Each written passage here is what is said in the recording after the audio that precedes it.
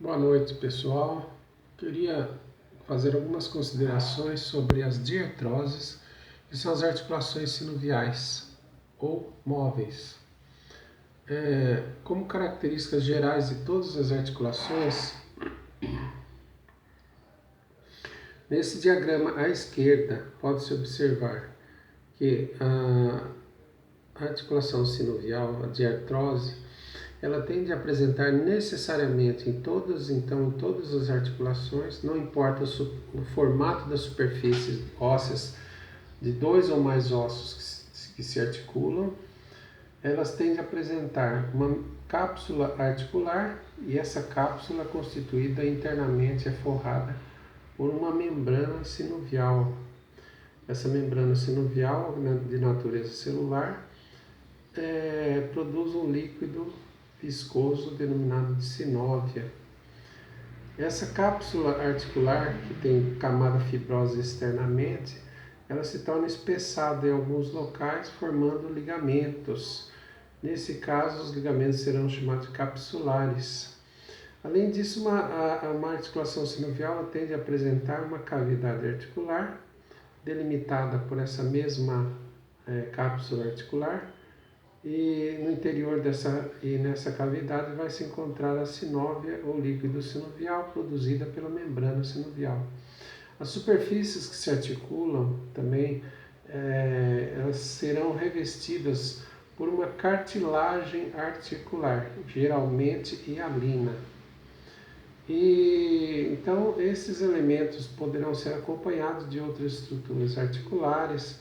Algumas cápsulas são reforçadas por tendões musculares e podem também conter no seu interior também bolsas sinoviais ou pregas sinoviais que armazenam, evidentemente, a sinóvia.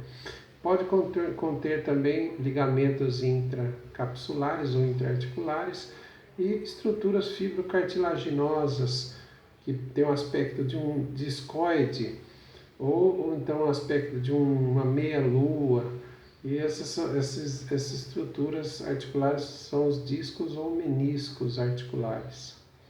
Então são esses os principais anexos musculares e os elementos que devem ser lembrados que fazem parte de uma articulação sinovial.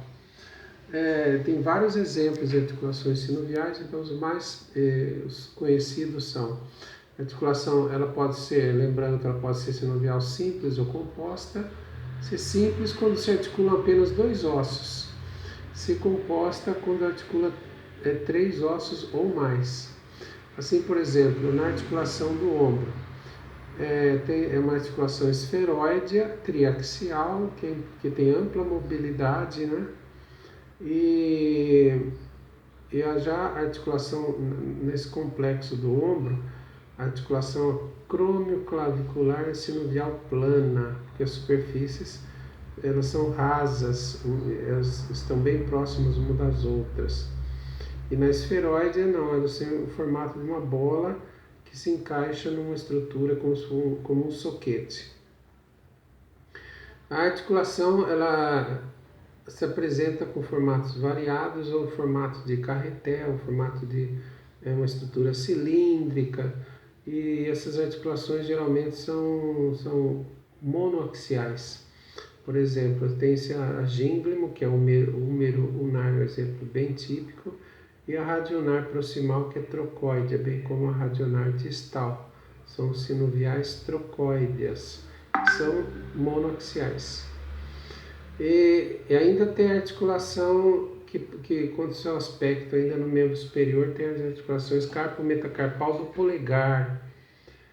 A carpo-metacarpal do polegar é uma articulação biaxial e em formato de cela, no qual um dos ossos que é côncavo vai se encaixar nessa cela, como se fosse um cavaleiro na montaria usando uma cela. E assim tem também articulações biaxiais no esqueleto da mão ou no punho, mais precisamente a elipsóidea, chamada de articulação radiocarpal.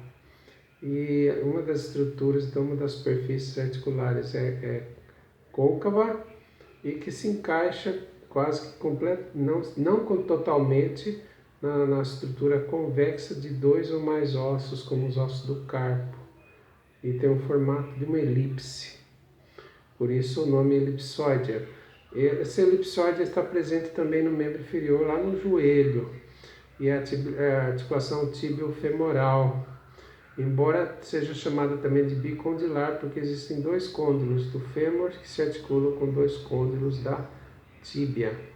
A elipsoide bicondilar também está presente na articulação atlantoaxial e no outro exemplo aqui na articulação temporomandibular, que vai ser o motivo da próxima aula e que eu vou dedicar mais tempo, porque na literatura, ou melhor, na internet e no YouTube não se encontram informações mais precisas.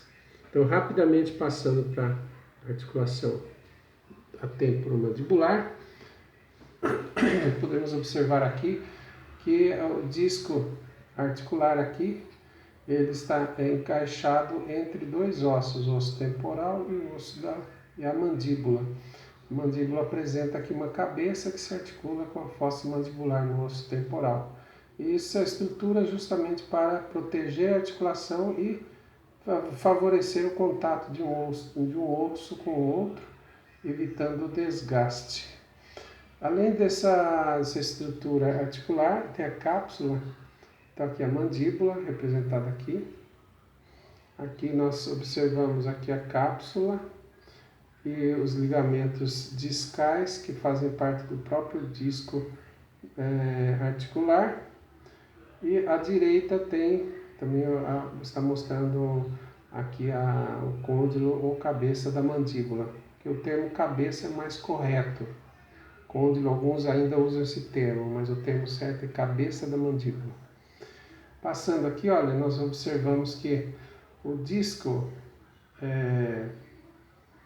articular, ele divide a cavidade articular em dois compartimentos, ou espaços. O espaço supradiscal e o espaço infradiscal. Representado à esquerda o supra e à direita o espaço infradiscal, onde se observa também as superfícies revestidas de cartilagem. A cartilagem que reveste o osso temporal, nesse caso, é uma cartilagem fibrosa, não é uma cartilagem propriamente hialina. A cápsula da articulação temporomandibular é frouxa, porém ela apresenta um reforço que se origina aqui do tubérculo articular e se insere logo abaixo do colo da mandíbula, na margem posterior do ramo.